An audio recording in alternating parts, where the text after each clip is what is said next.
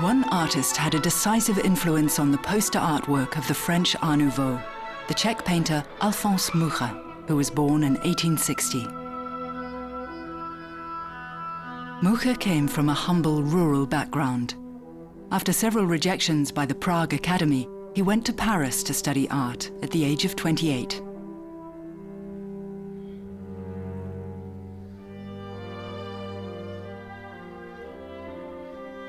His Paris studio was both a place of work and a chamber of wonders. Well, Mucha lived for more than 20 years in Paris as a bachelor.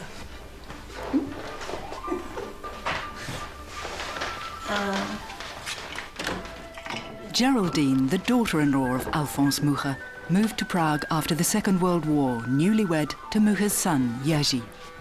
Here she lives, surrounded by objects from Mucha's studio. She manages his estate.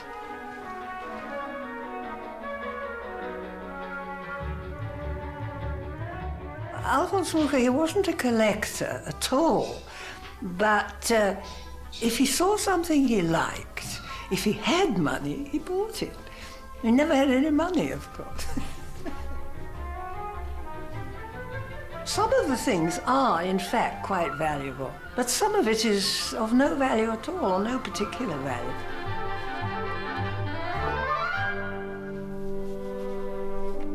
Yes, incredible.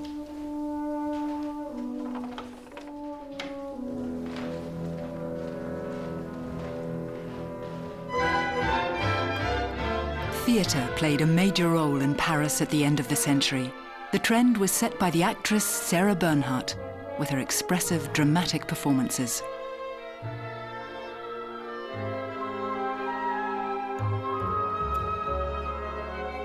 She needed a poster for a revival of a play called Gismonda. And the printing firm had no artists available because they were all on holiday. It was just before Christmas. And the only person there was Mucha, who was proofing some prints for a friend. So having no choice, he was asked to do a poster. There was enormous pressure on the artist who had to design a poster for La Bernarde. Perhaps this expectation gave rise to the creative inspiration to revolutionize poster design. The dimensions were determined by the lithographic stone used for printing at that time. But Mucha drew two narrow sections, side by side, which were then joined together to form a slender, erect figure.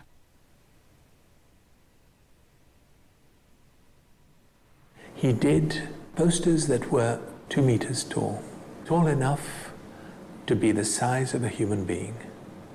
Many of Mucha's posters were placed so that they were at eye level, and as you walked the street, you came eye to eye with a Mucha poster.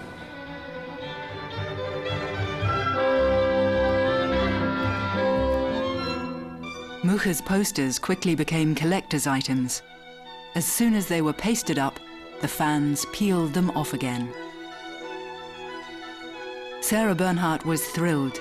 Mucha had portrayed her as she saw herself, slender, young, and above all, highly visible. In return, she placed Mucha under contract for 5 years. From now on, he designed her costumes, her jewelry, and some of the sets for her plays. Sarah Bernhardt also used Mucha's posters on tour, which spread his fame as far as America.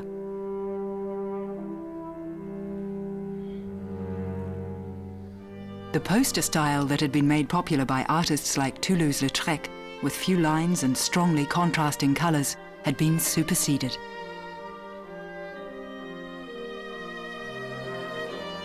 Amorphous, flowing forms became the hallmark both of Mucha and Art Nouveau.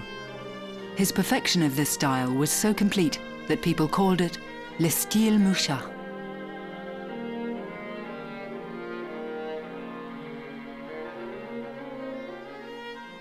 Man does not exist in Art Nouveau. If he exists, he is a supporter. He is in the background most of the time.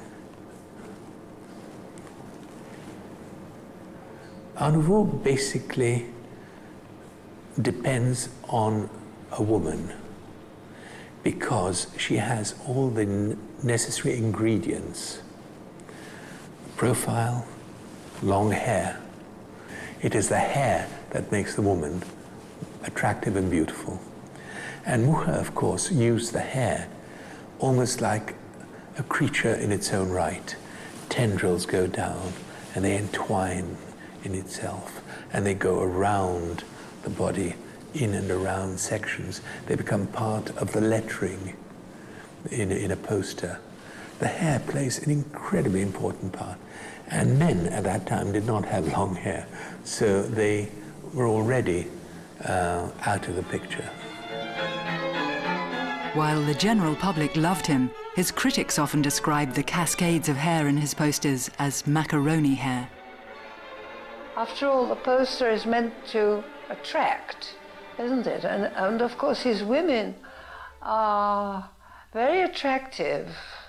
They're sort of sexy without being vulgar, which is a very, they do attract. And after all, what's the poster for?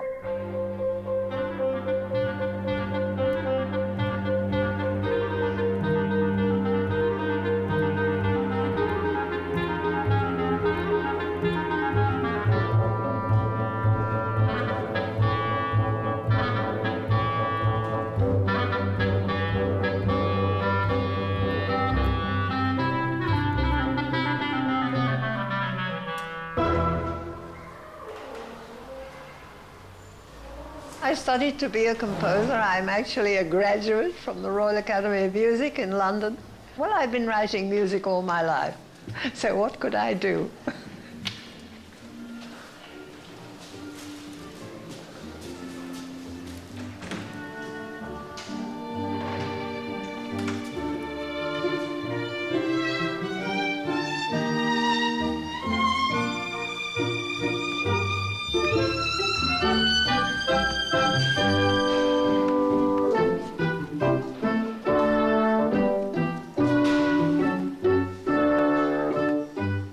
I was very fortunate because both my parents are very musical. My father noticed that I sat down at the piano and improvised more or less as soon as I could sit up.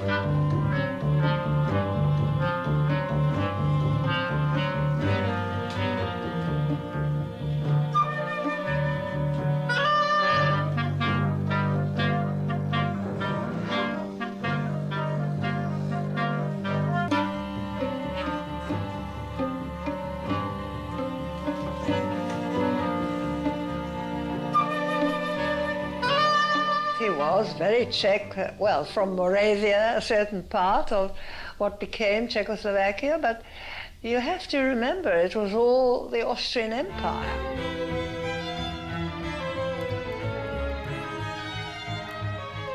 After his first successes in Paris, Mucha quickly became a darling of society. It was, however, a superficial relationship. After 20 years in Paris, in which he rose from being an unknown painter to the greatest poster graphic artist, he was still yearning for Czechia. At the age of 46, he fell in love with a young art student, Marie Chitilova. They married in a Czech village instead of having a grand wedding in Paris. The invention of the electric light set the tone in Mucha's Paris at the turn of the century. Twinkling lights on the Eiffel Tower and cascades of light on all the city sights. That was the new style. No idea seemed impossible at the time. If Mucha could have shortened the Eiffel Tower by 2/3, tourists to Paris would be able to photograph this Mucha building today.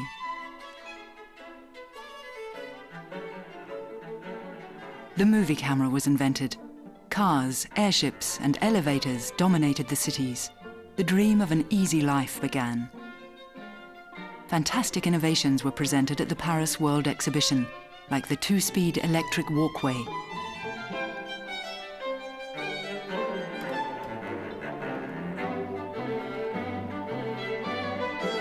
And so it was extremely avant-garde in one sense, but at the same time, you had a tremendous amount of interest in symbolist art, symbolist painting, and with it, went interest in Freemasonry,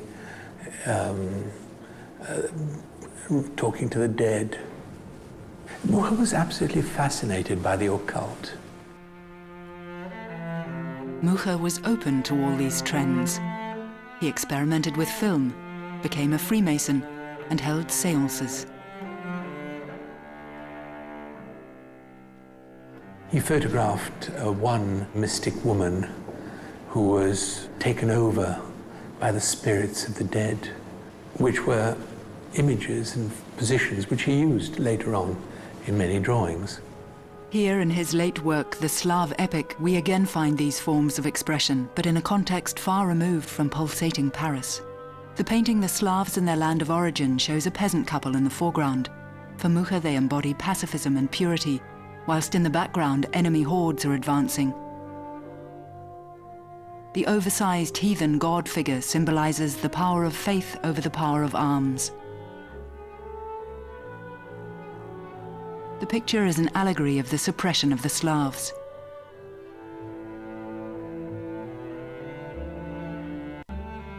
Slavic popular art had a lasting influence on Mucha and was already a source of inspiration for the graphic art of his posters.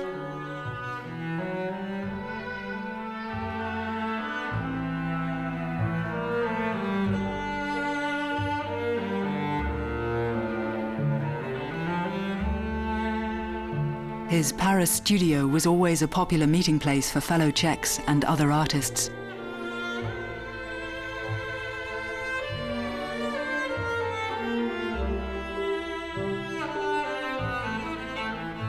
His good friend Paul Gauguin is playing the harmonium.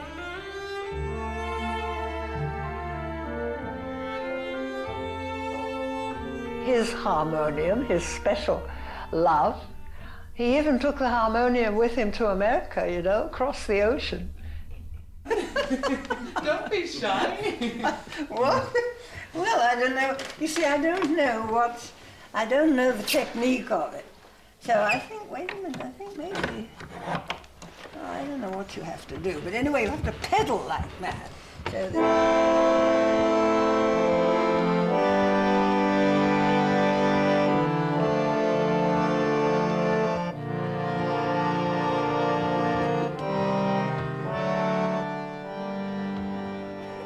Mucha, with his huge talent, was soon looking for new challenges. He completely decorated the jewellery shop of the Parisian goldsmith Georges Fouquet. It's now in the collection of the Musée Carnavalet, but not on display. From the fountains to the fabric wall coverings, from the floor mosaic to the sculptures, and even the jewellery, everything was designed by Mucha.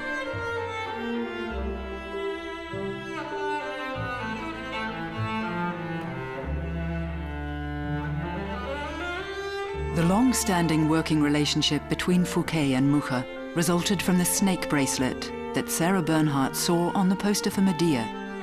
She wanted to wear it during public appearances. Mucha designed it, and Fouquet made it.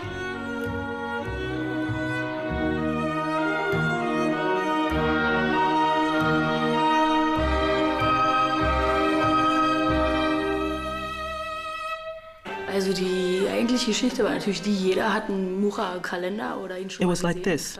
Everyone has a Mucha calendar, or has at least seen one, right? And even if some people don't know what his name is, they know his pictures. And I had already seen the Four Seasons as a child, classic. Then other posters at a friend's, huge posters, beautiful. So I just had to have a Mucha.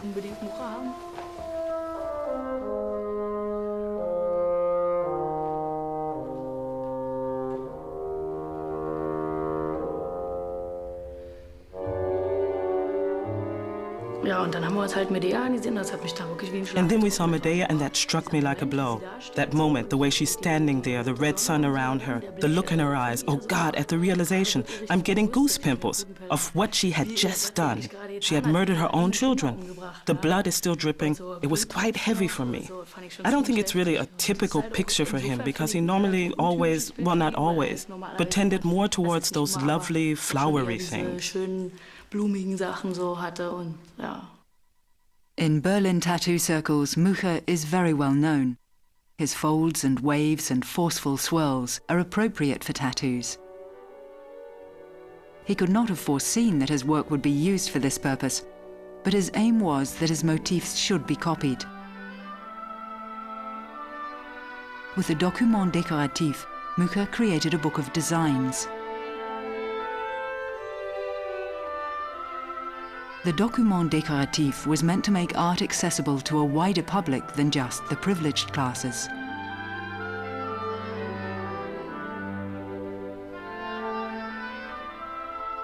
As far as I know, it's really probably the first, call it, designer Bible.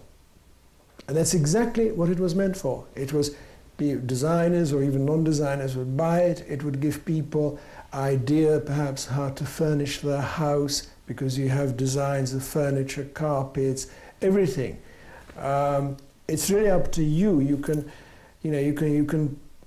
copy the pages exactly, or you can just take a small element and do something with it. But essentially it's all about design. He thought it would give him less work, and in fact it gave him more work, because everybody bought the book. But they wanted, like the one in the book, but just a little different. Mm. Yes, the original, maybe the original idea, but he definitely thought everything should be properly designed, everything that everybody uses every day, that it should really be a nice design. That's the basis of it, definitely. This attitude arose from the main objective of Art Nouveau, to permeate all facets of daily life with art.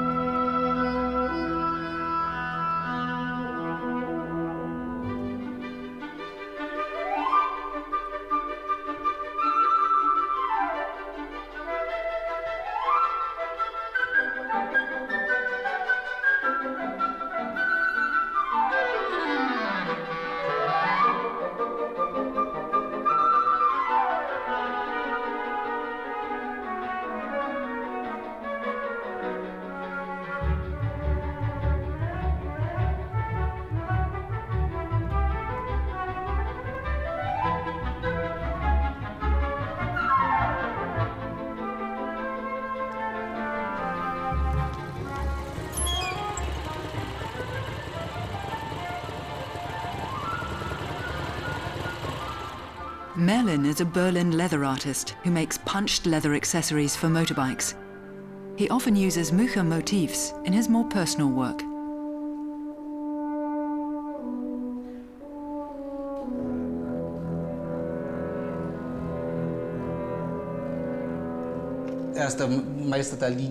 He's the master of the line, and I need a line with leather, because I have to engrave the leather and then punch it, otherwise I don't get these structures. Mucha was predestined for this. His lines are so clear, you can do wonderful work with them, at least I can. This is from the Byzantine heads, Le Brunette. I've left the hair colour out so that the leather works by itself and is only accentuated by coloured crystal stones. His decoration, just a few effects to liven it up, so that the effect is not just the bare leather, but has little highlights in it.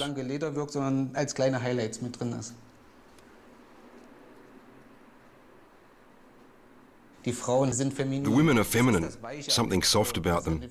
He always portrayed his women like that, in that he accentuated the feminine character. At the beginning of 1900, at the height of his success, Mucha began to suffer doubts.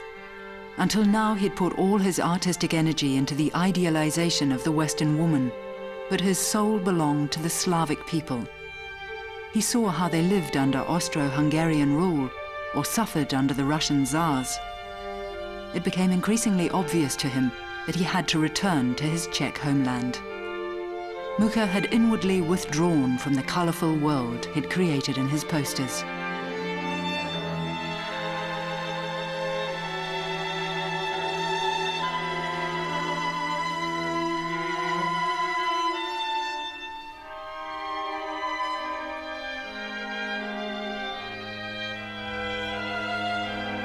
After 20 years, he turned his back on Paris forever. He just wanted to be a painter. He wanted to paint a gigantic epic for his people. But before he could do this, he had to make some money. Sarah Bernhardt knew how and where he could earn a fortune.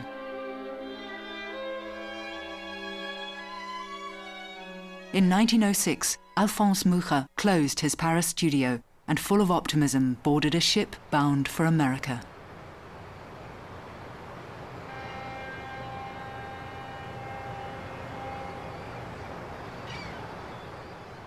In New York, he planned to make lots of money by painting portraits of millionaires' wives.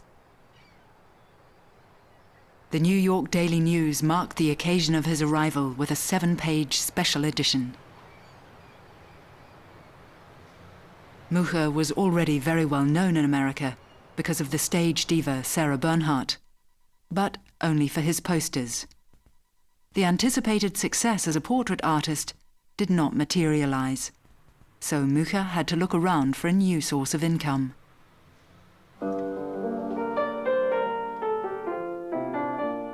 Then he met Charles R. Crane, the son of an American industrialist.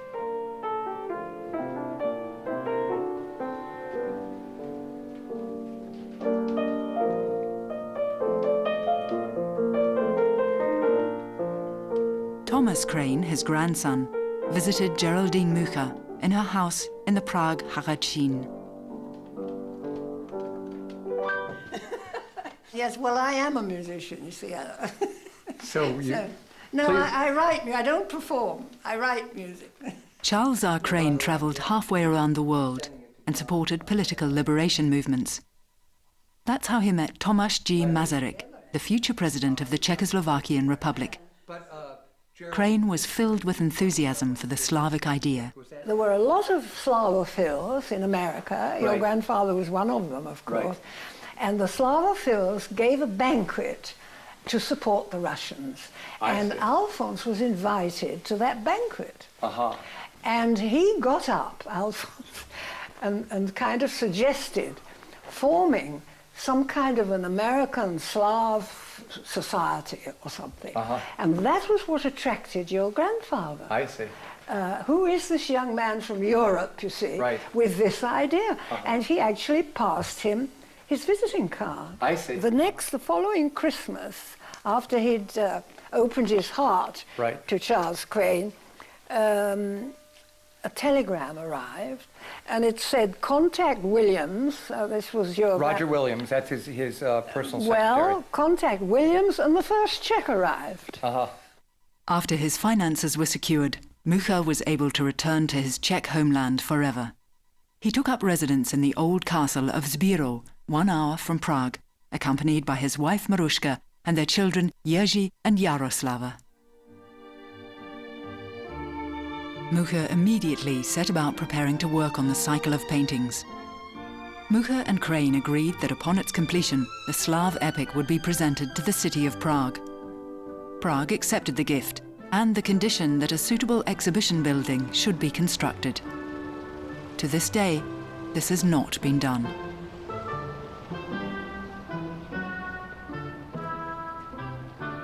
Geraldine Mucha visited the Slav epic in the castle of Moravsky Krumlov, where it's been exhibited since 1963.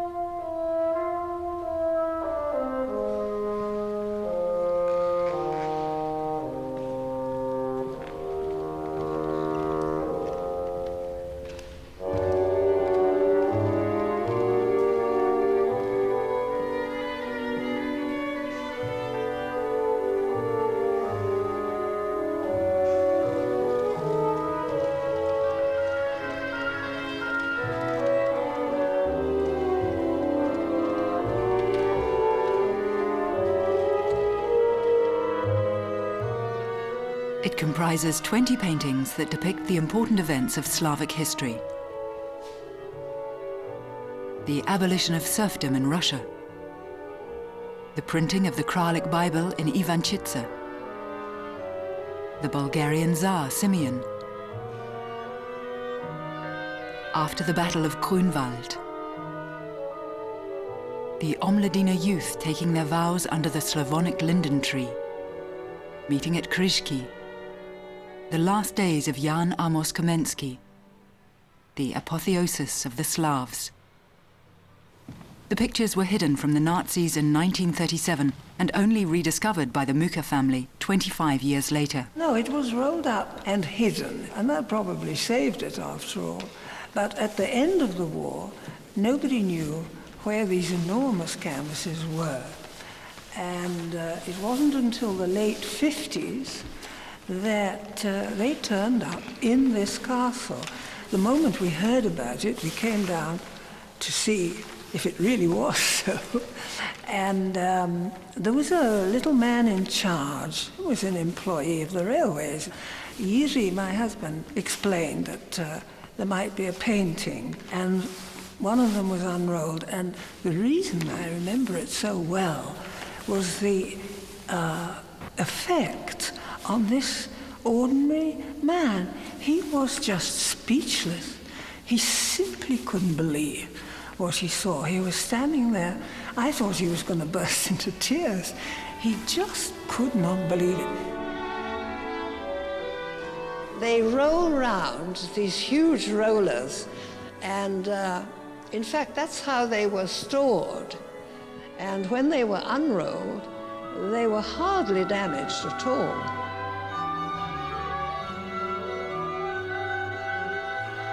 They work like the sails of a ship. They've got ropes sort of fitted in down the sides, and they simply go up and down like the sails of a ship. One of the paintings is dedicated to his hometown of Ivanchitsa, a town near the current exhibition site Moravsky Krumlov. The first translation of the Bible into Czech was made in Ivanchitsa. Mucha never forgot this historical event.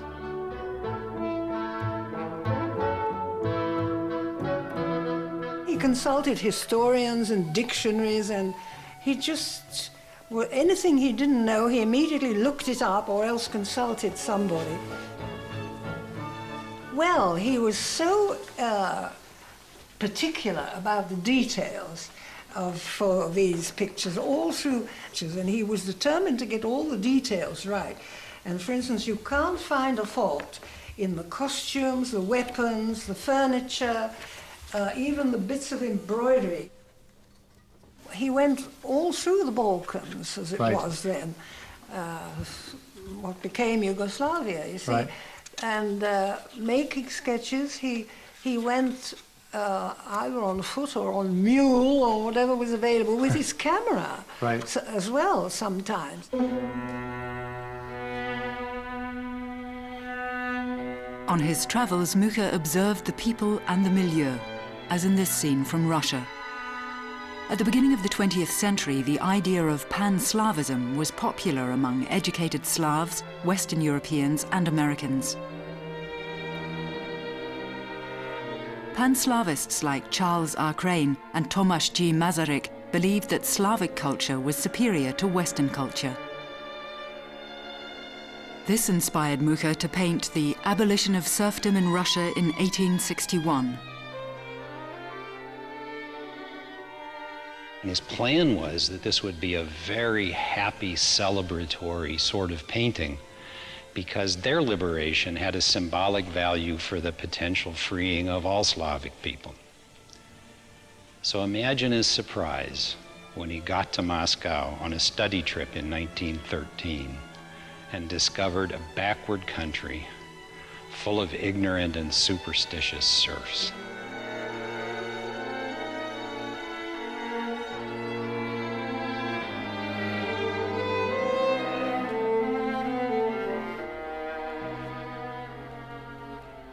He then began to put together small first sketches of the scene of the whole canvas. In the case of the abolition, He initially did a sketch that was about 10 centimeters square that captured a view of the entire canvas.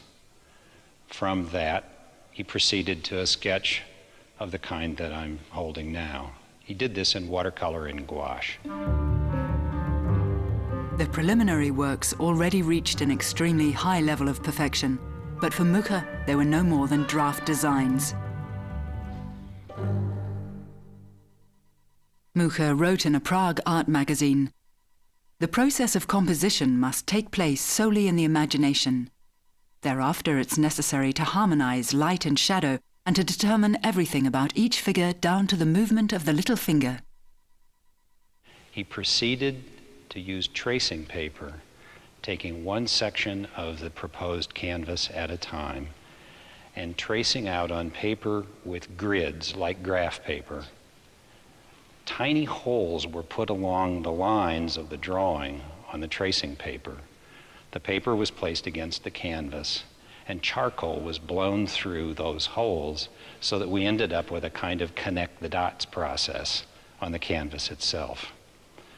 From there, he applied egg tempera as the basic medium, and in most of the canvases, the final details were put on with oil.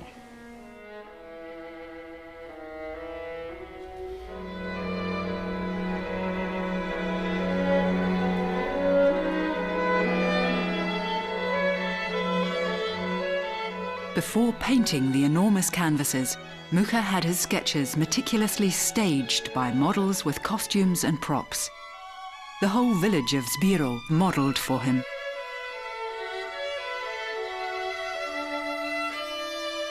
The villagers embodied the scenes with such enthusiasm, there was often no need for Mucha to adapt their gestures and facial expressions.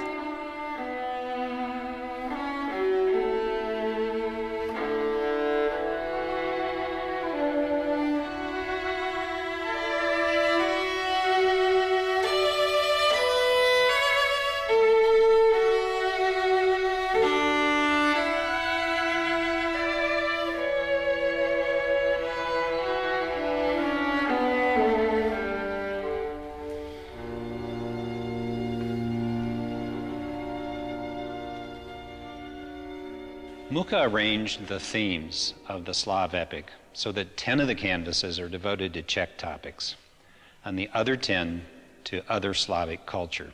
The cult of Svantovit portrays the expulsion of the Slavs from the Baltic island of Rügen.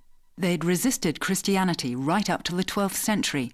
Arkona, on the rocky heights of the island, was the stronghold of the cult of the heathen god Svantovit, until the Teutonic tribes came. Thor and his wolves, leading the marauders who will in time entirely destroy this glorious northern Slav culture.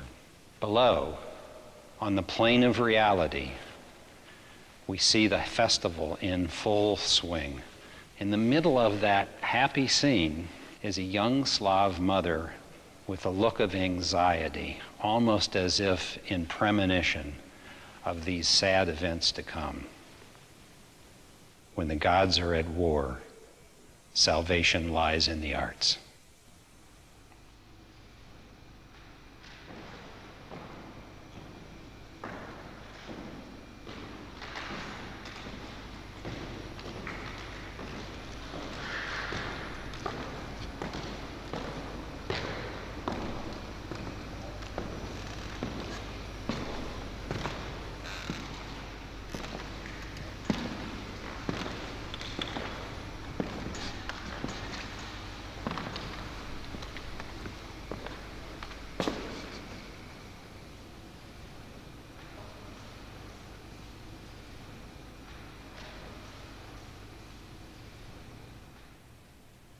The Bohemian King Podiebrad received an envoy from the Pope. Rome exerted pressure on the Bohemians because, as Hussites, they'd abandoned the Catholic Church.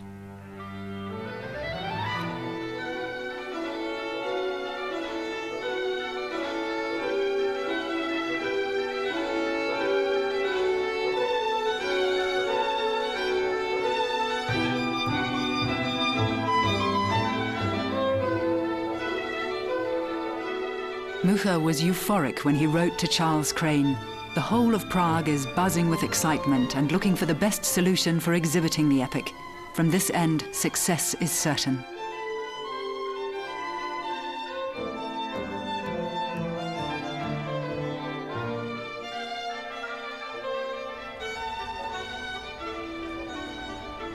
In 1910, the municipal house in Prague was to be decorated. Mucha, the irrepressible patriot, made an offer to the city to do the whole job.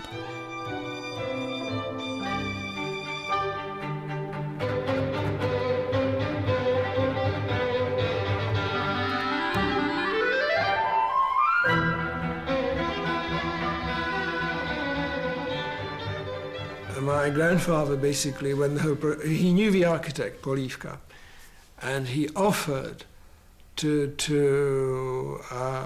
decorate the entire building. For free? Well, I think he asked the city that they would provide the paint and all these things, but basically he did for free, absolutely.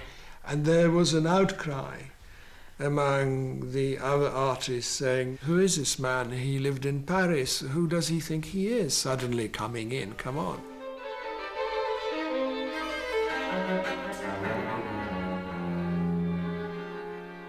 In the end, Alphonse Mucha was only allowed to decorate the Lord Mayor's Hall, and the other rooms were assigned to other Czech artists.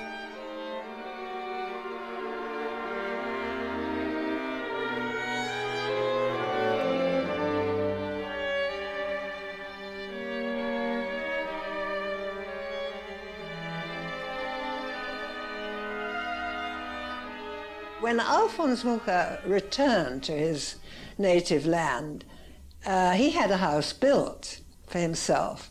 And that was a very nice house. That's where I lived when I first came here. We all lived there, his wife, my sister-in-law, everybody. And then the communists took that house for a diplomat. So we had to move out. The fact that we had the complete inheritance from Alphonse Mucha saved us at that point. From the 1950s, the Mucha family was seen as an enemy of the regime and suffered reprisals. The government did not directly attack the internationally known works of Alphonse Mucha, but under socialism, his art was regarded as decadent and bourgeois and was not exhibited to the public. There's nowhere to see Mucha's work in the public galleries. And people got to know that we had everything, and so they started coming here. That's how it began. But the people who were left in these small flats with no privacy, young people, you see, they started coming here just to have privacy. Girls brought their boyfriends, or boys brought their girlfriends, because they could be private here. Come in. You see, now here's my mother-in-law, actually, Marushka, she was called.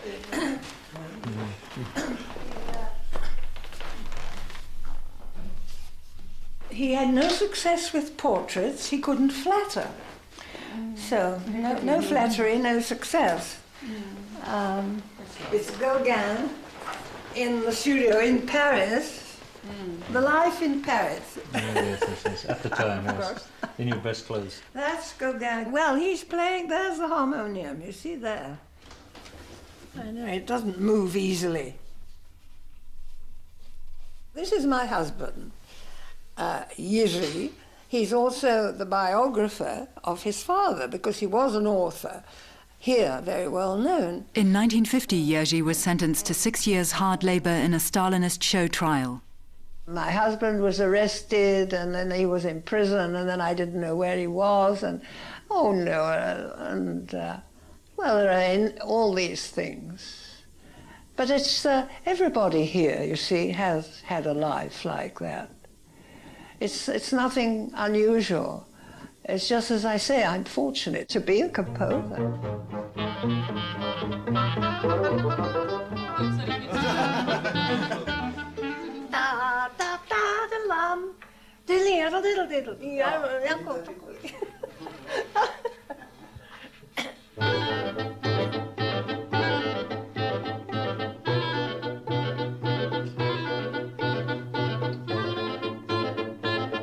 When when I look back, I realize that that is what has kept me sane, providing that I am sane, of course. That's another.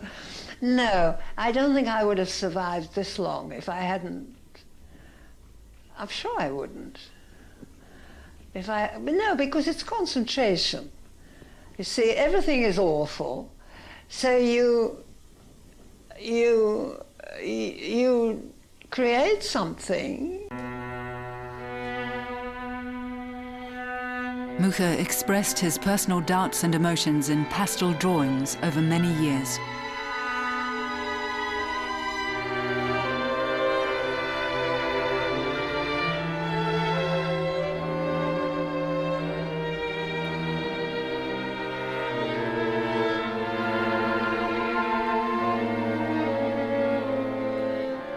He never showed them to anybody.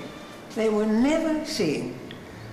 They were seen for the first time in 1994 at an exhibition, and for the first time nobody ever saw them.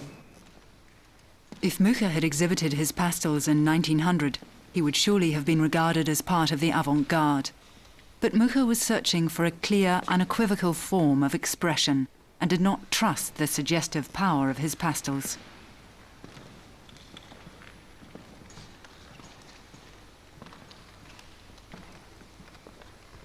My mother-in-law always said that he wanted people to understand what he was painting. And she said that it wasn't clear what he meant. That's what she said. That's why he didn't show them. It's not clear. These days, the pastels are being shown at exhibitions all over the world, as here in the Bröhan Museum in Berlin. During the Cold War, there were constant inquiries about the posters from museums in the West, but it was extremely difficult for the Mucha family to get these works out of the country. In addition to his other sources of inspiration, Alphonse was deeply moved throughout his career by Freemasonry. He first became a Mason when he entered a Masonic lodge in the 1890s during his career as a graphic artist in Paris, ultimately becoming the highest official in Masonry in Czechoslovakia. Symbols of Freemasonry permeate the whole of Mucha's work. He was convinced that symbols have an immediate effect on the beholder, and that Slavic cultures in particular had a strong response to symbols.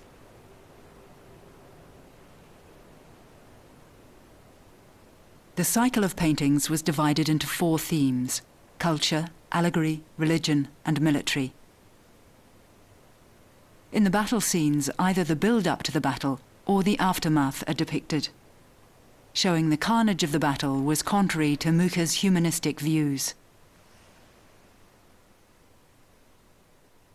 One quality about the painting that is the strange attention to the portrayal of naked bodies with about the maximum amount of nudity that an artist in that period would have been permitted, and with a kind of glistening and even erotic quality that seems inconsistent and incongruent with a battlefield scene. And even though the canvases depict really fairly grisly scenes, they have a kind of contemplative quality about them. It's as though Mucha wanted us to have a meditation on the consequences and wages of war.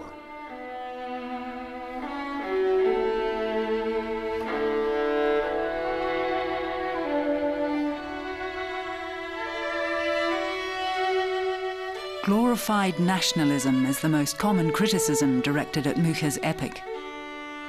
In 1918, after the First World War, the common goal of Alphonse Mucha, Thomas G. Masaryk, and Charles R. Crane was achieved: independence from Austro-Hungarian rule. Masaryk became president of the newly founded Czechoslovakian Republic. Mucha designed postage stamps and banknotes, and Crane's daughter modeled for them.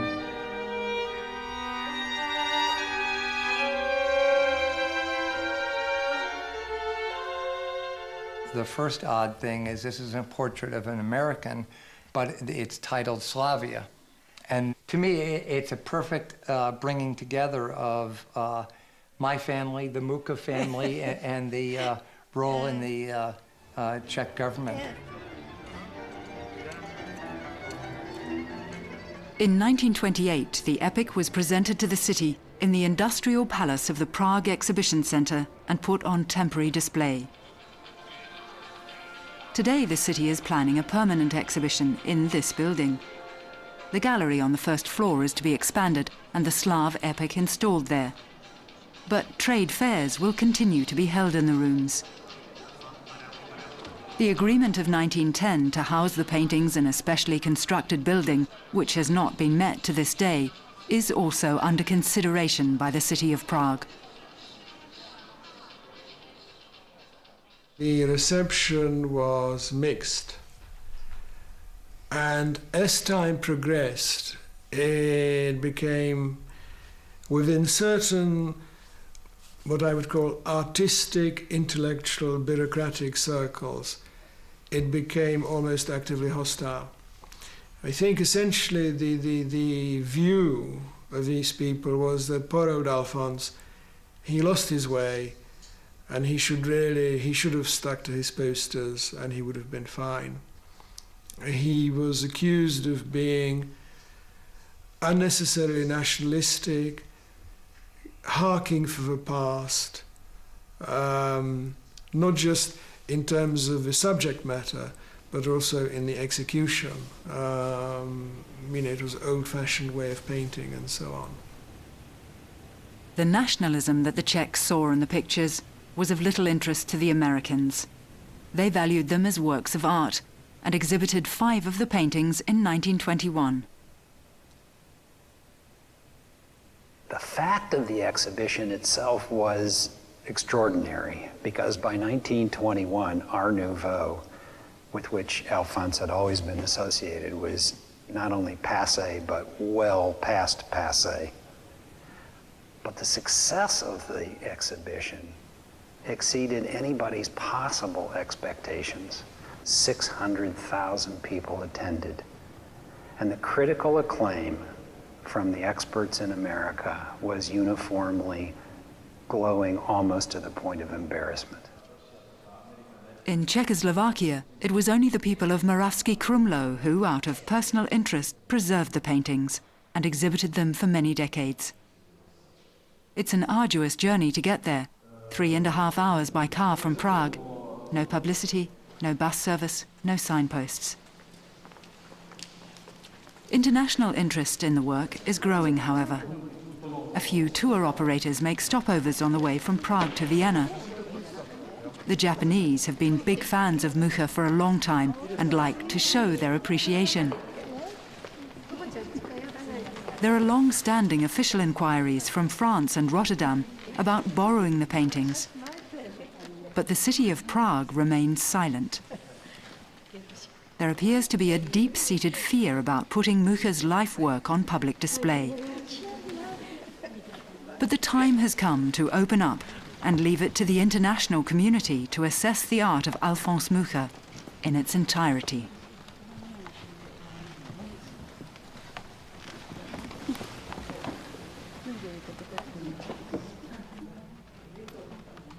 We need to re-examine Alphonse Mucha, and there's no better place to do it than with the Slav epic. And we need to understand 2 things. The first is that he is not primarily a decorative artist.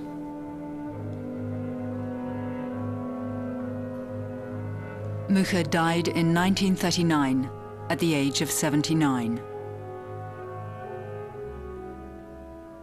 Alphonse Mucha was essentially a spiritual painter.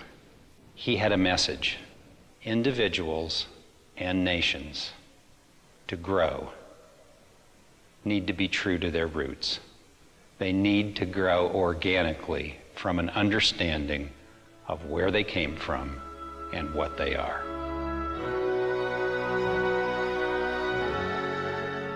Mucha's vision was far more universal than any narrow-minded nationalism.